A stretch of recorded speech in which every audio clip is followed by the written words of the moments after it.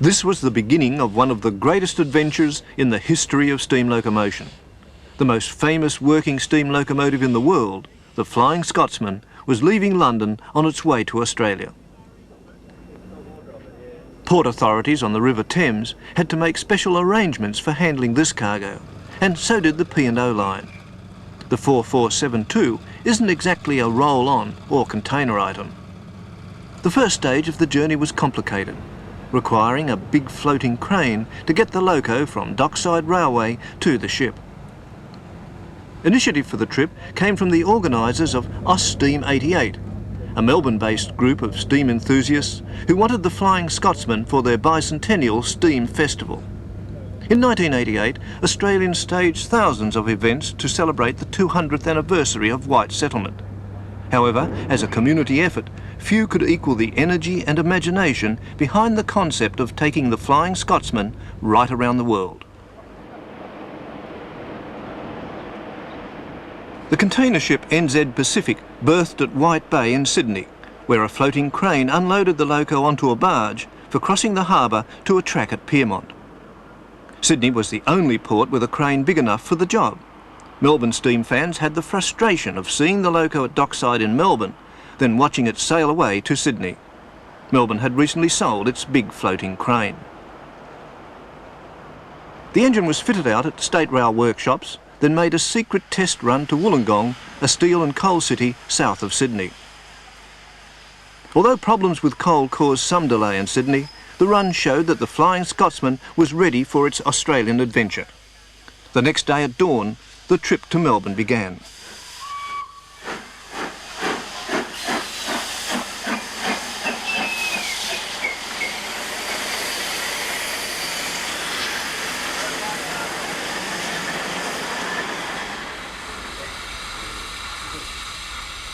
Melbourne's preparations for the Great Australian Steam Train Festival had been underway for 2 years.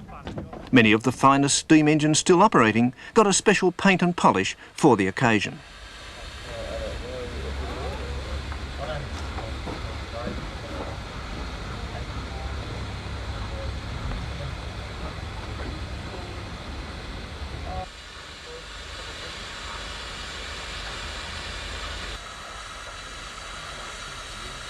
Among them, the powerful Hudson class R761, restored by the Steam Rail Victoria Preservation Group.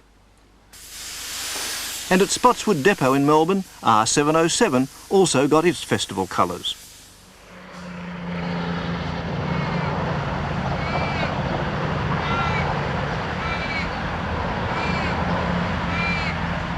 Locos from many parts of Australia headed to Melbourne for the Austeam Festival. From Canberra, Australia's federal capital, came 1210 and 3112. They double-headed south in glorious spring weather, making a brave sight as they rolled through the southern New South Wales and Victorian countryside.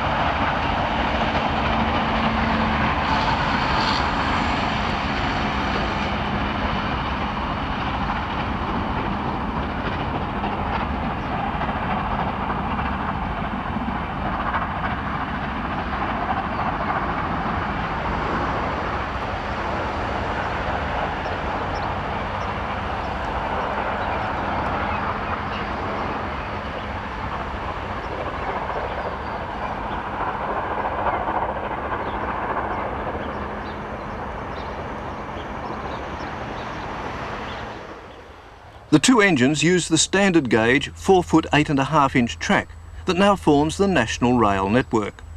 The lead engine, 1210, was built in 1878. Newly restored, it was on its first full-load trip. 3112 came into service on the New South Wales railways in 1914. It's privately owned and was leased to the Australian Capital Territory branch of the Australian Railway Historical Society to help 1210 make the trip to Melbourne.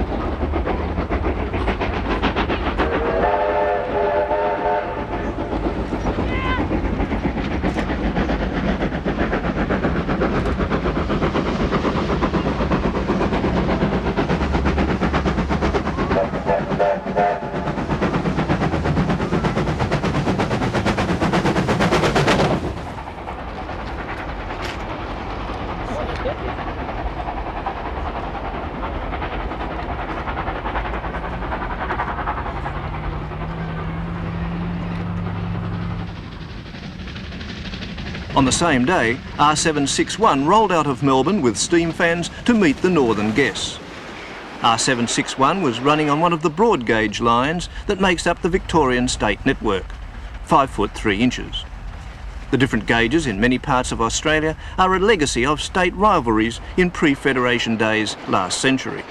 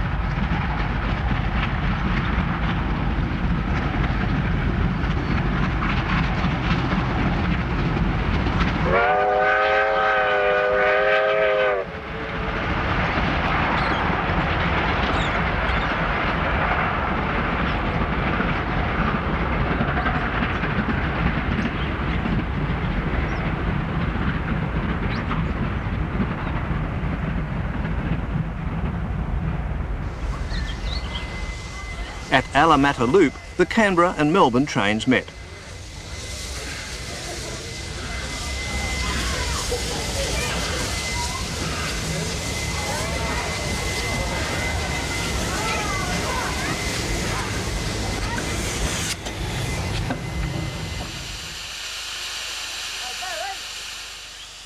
There was time for greetings and some steam talk between Victorian and Northern crews.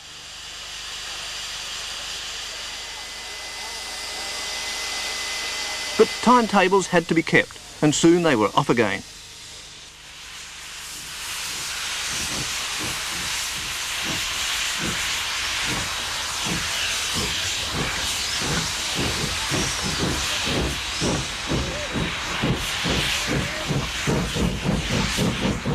(12:10 and 31:12) put on the pressure for the next stage, to Seymour.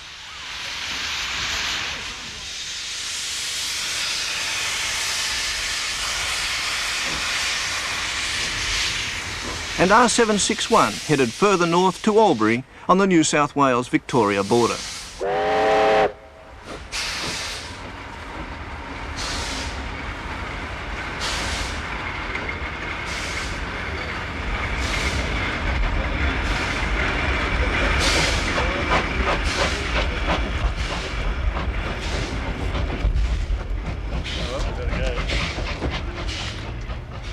Then came the star of the show, the Flying Scotsman.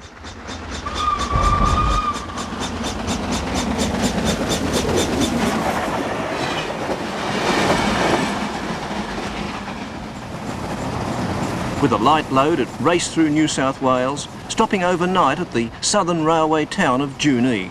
Then, early next day, it crossed the border into Victoria and showed its style as it roared down the standard gauge track to Melbourne.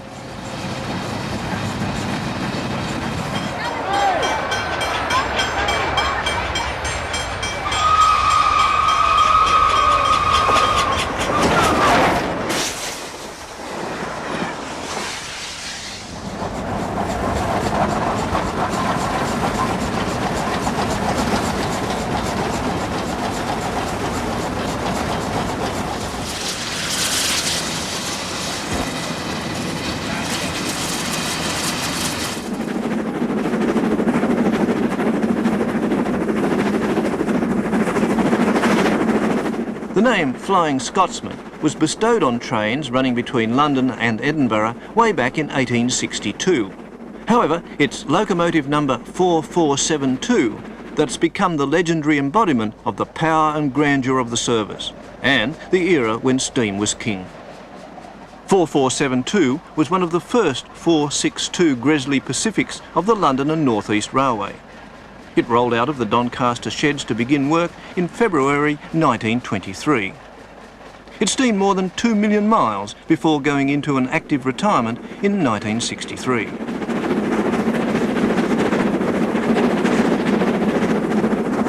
The engine has 3 cylinders, 2 of them in the usual positions and a third under the smoke box, where it's hidden from the ordinary onlooker. This gives the engine a distinctive 6 exhaust beats during every revolution of the driving wheels.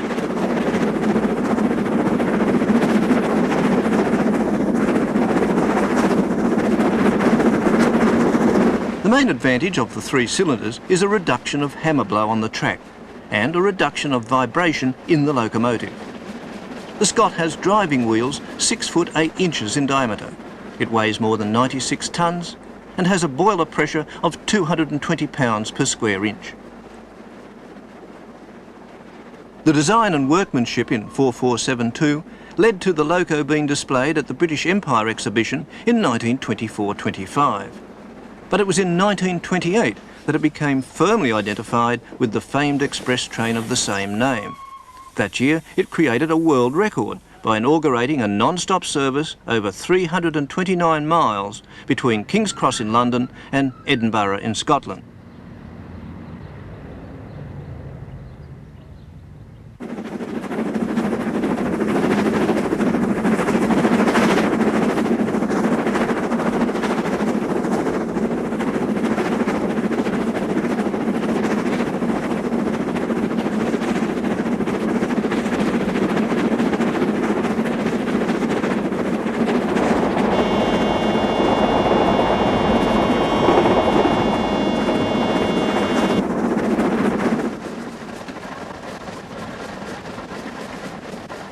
There was a servicing stop at Seymour, a town with a long history as a railway centre.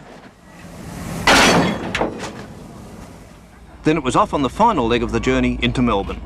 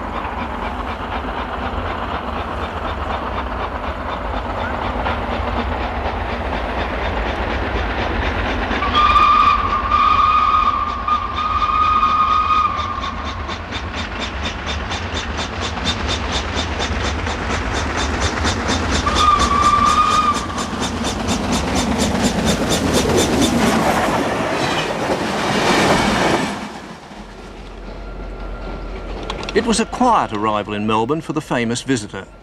The official and more elaborate welcome would come later.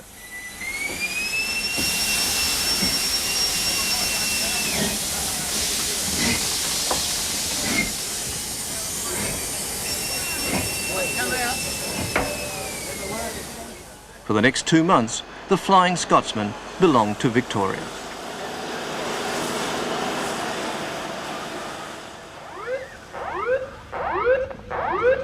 At the border town of Wodonga, the Victorian steam enthusiasts gave a big welcome to 3801, the official bicentennial train from New South Wales.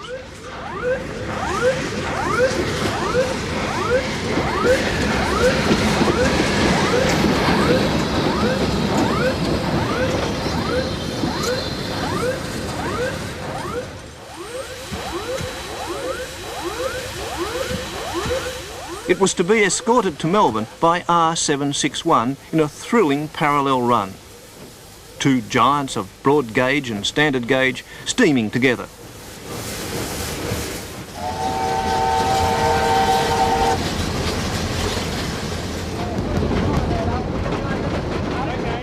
It's a unique section of railway, two gauges side by side for 300 miles.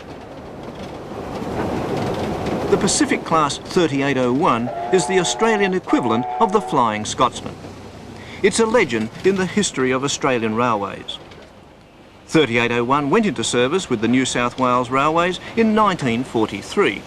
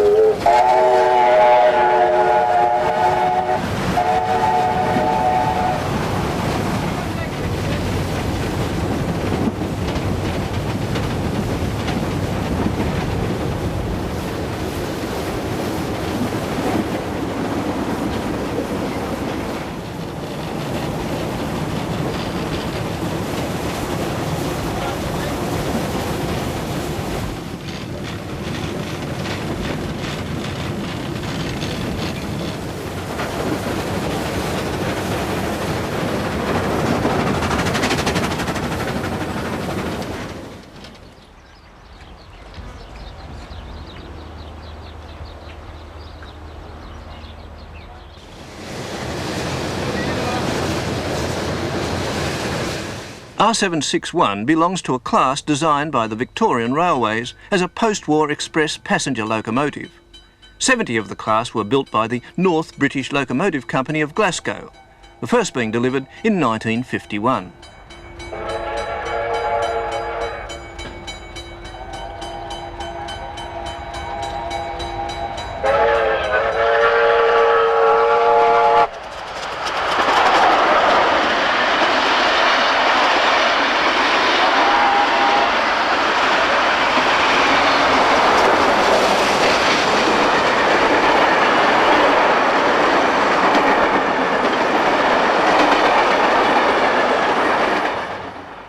Victorians have a special affection for the R class. Like the 38 class in New South Wales, the R was the right engine at the wrong time, about 20 years too late. The post-war diesel invasion was already well underway.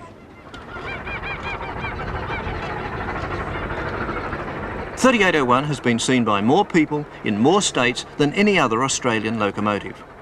It was the main contribution to the bicentenary by the New South Wales Railways. One trip took it right across the continent, from Sydney to Perth and back.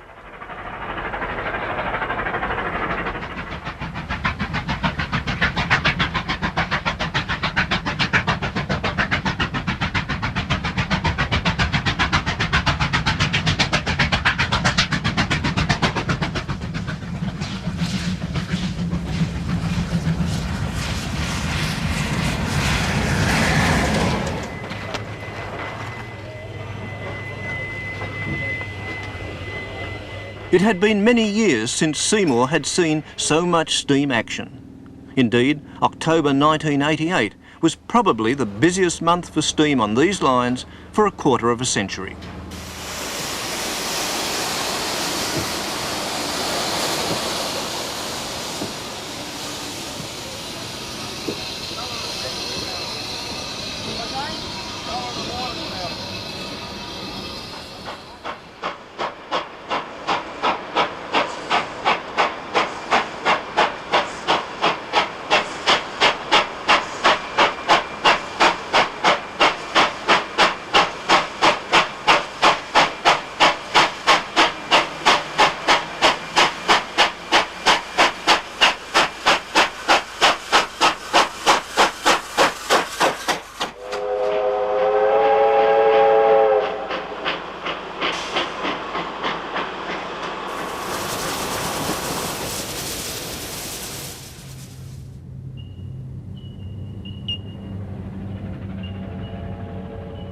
The 38 class engines represented the last significant project in Australian steam locomotive construction.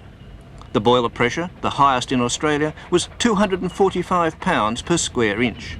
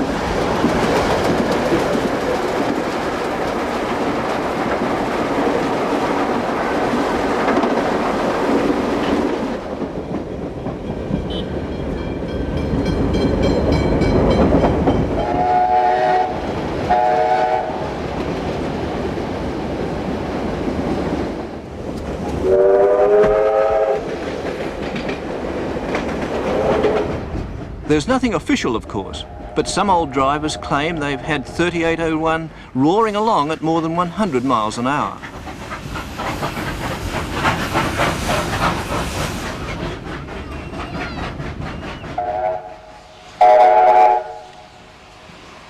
However, on this occasion, the run into Spencer Street Station in Melbourne was a very sedate affair, rather like a royal arrival.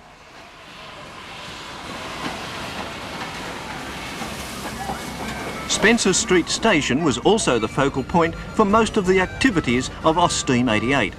Huge crowds turned out on the main open day to see working locos that spanned more than a century. Among them, R707, splendidly restored by a volunteer group of Victorian railwaymen. The biggest steam festival ever staged in Australia was a joint effort by representatives of the Association of Railway Enthusiasts, Steam Rail Victoria and the Victorian Division of the Australian Railway Historical Society. Federal and state authorities also assisted the Steam venture to ensure its success. D3639, restored by Steam Rail Ballarat, was another locomotive looking its best for the occasion. The 2 weeks of displays and trips on many of Victoria's main and branch lines attracted visitors from all over the world. Tickets for the trip with the Flying Scotsman and the parallel runs were at a premium.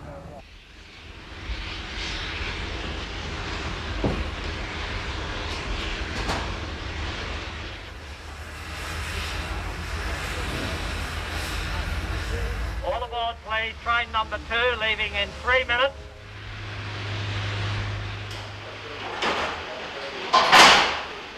A steam extravaganza, a triple parallel run involving 4 magnificent steam engines running on 2 gauges.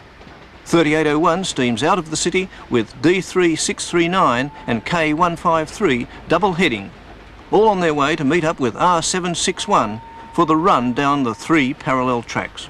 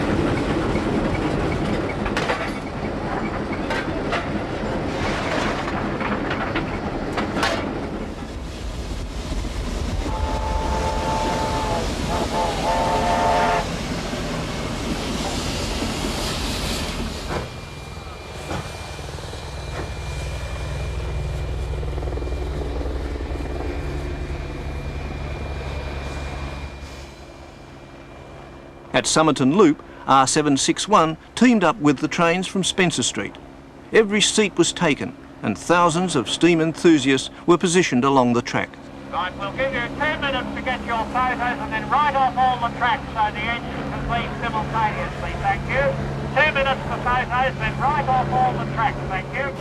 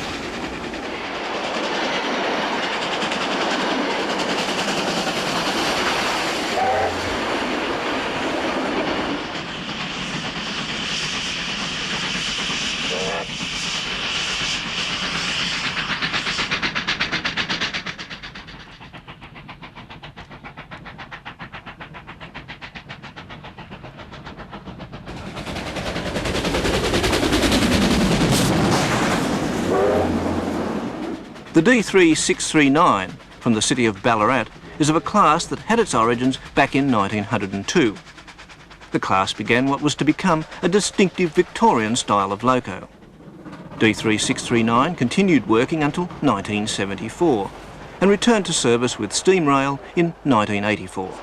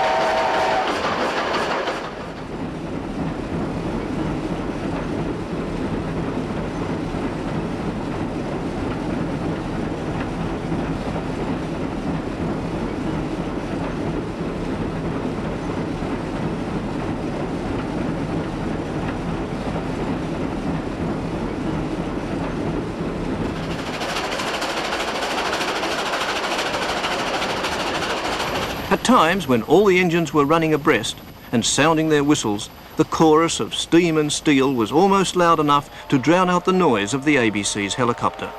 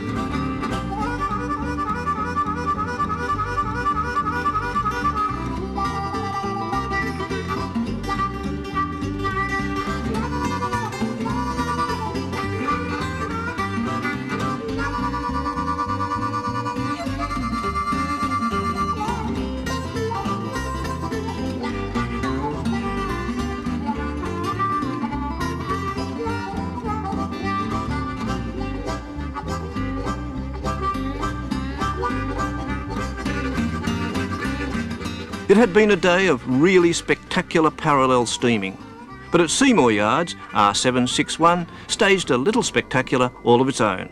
It ran off the tracks. The incident was captured on home video by a steam enthusiast. The accident caused only very minor damage to the loco, and railwaymen at Seymour did well to get the engine back on the tracks in little more than 3 hours. R761 was able to make its scheduled run out of Melbourne the next day. At Sunshine, just north of Melbourne, the Flying Scotsman took on passengers for its first passenger run in Australia. There had been a stampede for seats on all excursions by 4472, and the demand was such that additional runs had to be planned.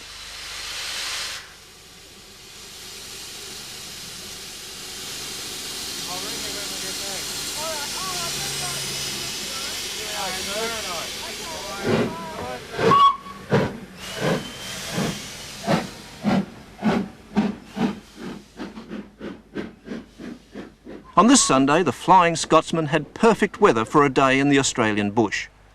Passengers and enthusiasts travelling in cars beside the track were treated to a top display of steam power and a generous turn of speed.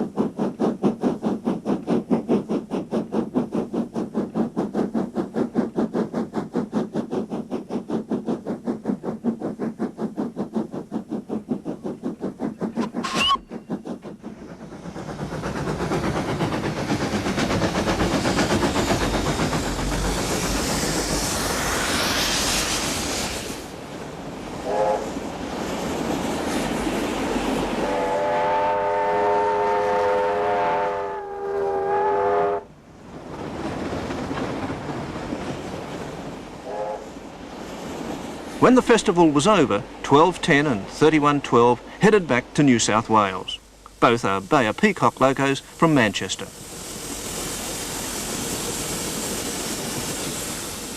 Running with them for part of the journey was K153 from Steamrail.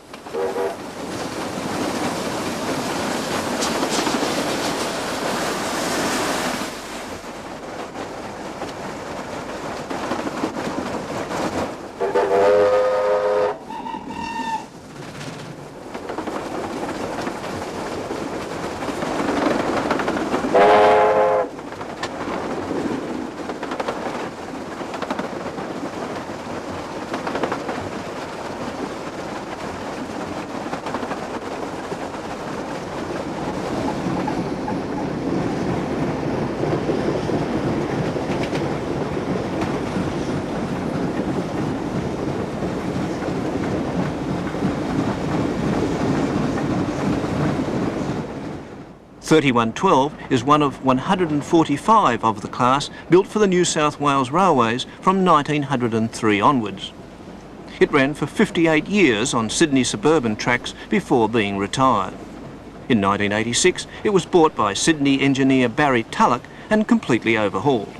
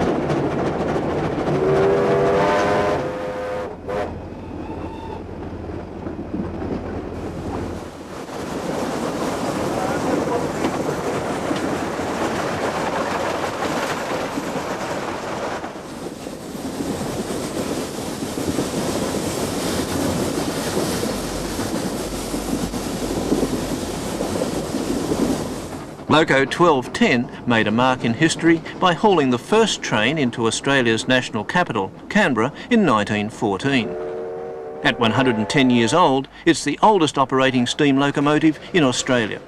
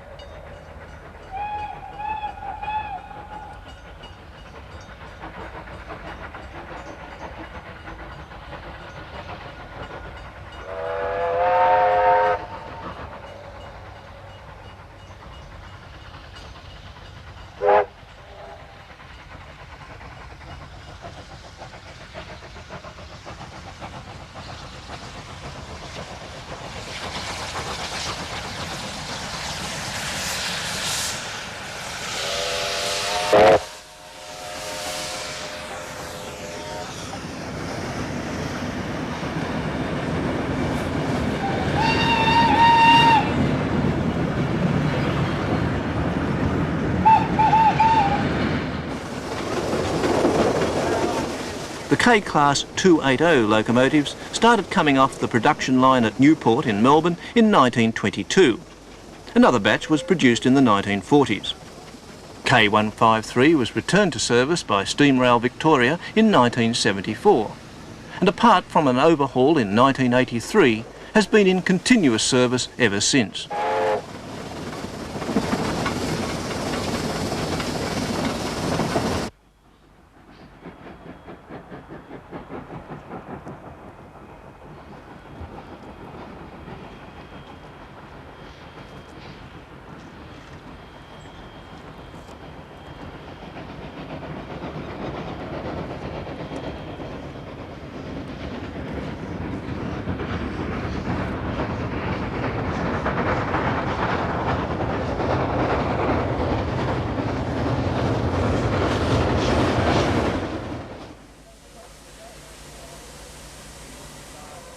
Throughout all the steam festival trips, special care was taken in servicing all the locomotives.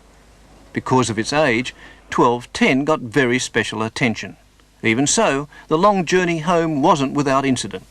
A boiler problem led to minor damage in the firebox, which put the loco out of action for a short time.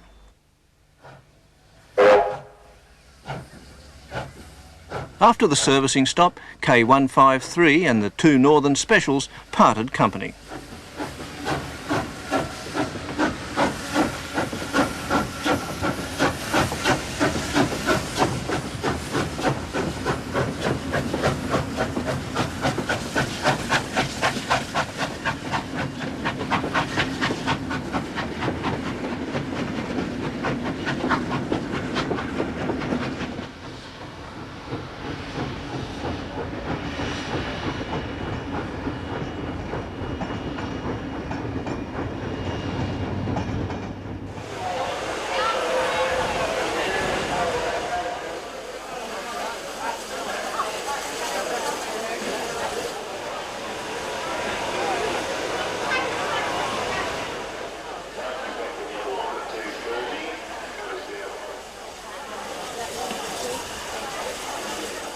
At Spencer Street Station, the Flying Scotsman stands ready for another of the big events on its Victorian itinerary, a parallel run with R761.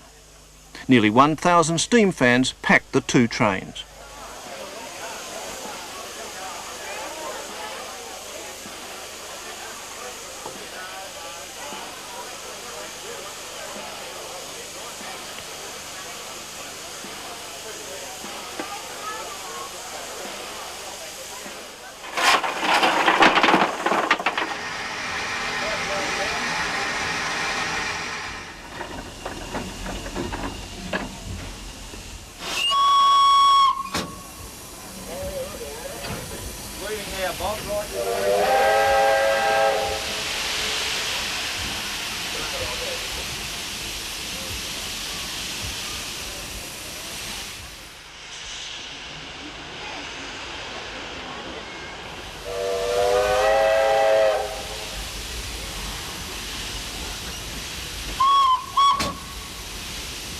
Clear.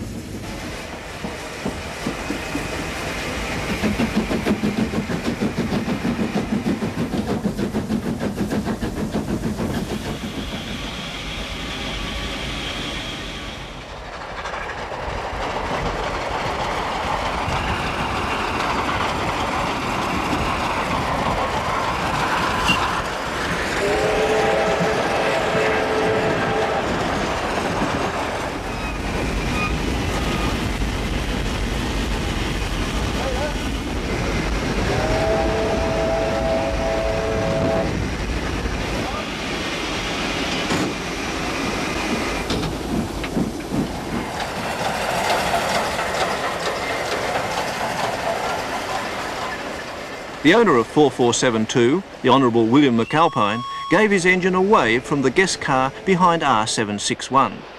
He'd made a special trip to Australia to see the Flying Scotsman going through its paces down under.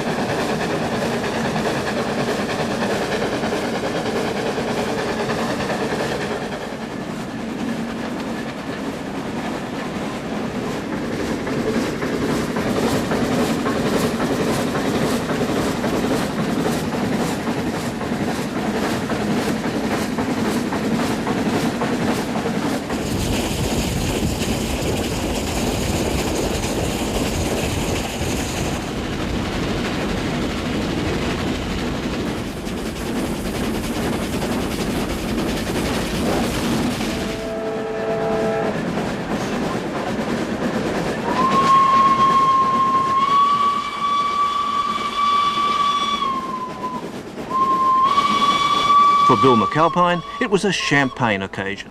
His loco was performing magnificently and being cared for and handled with great affection.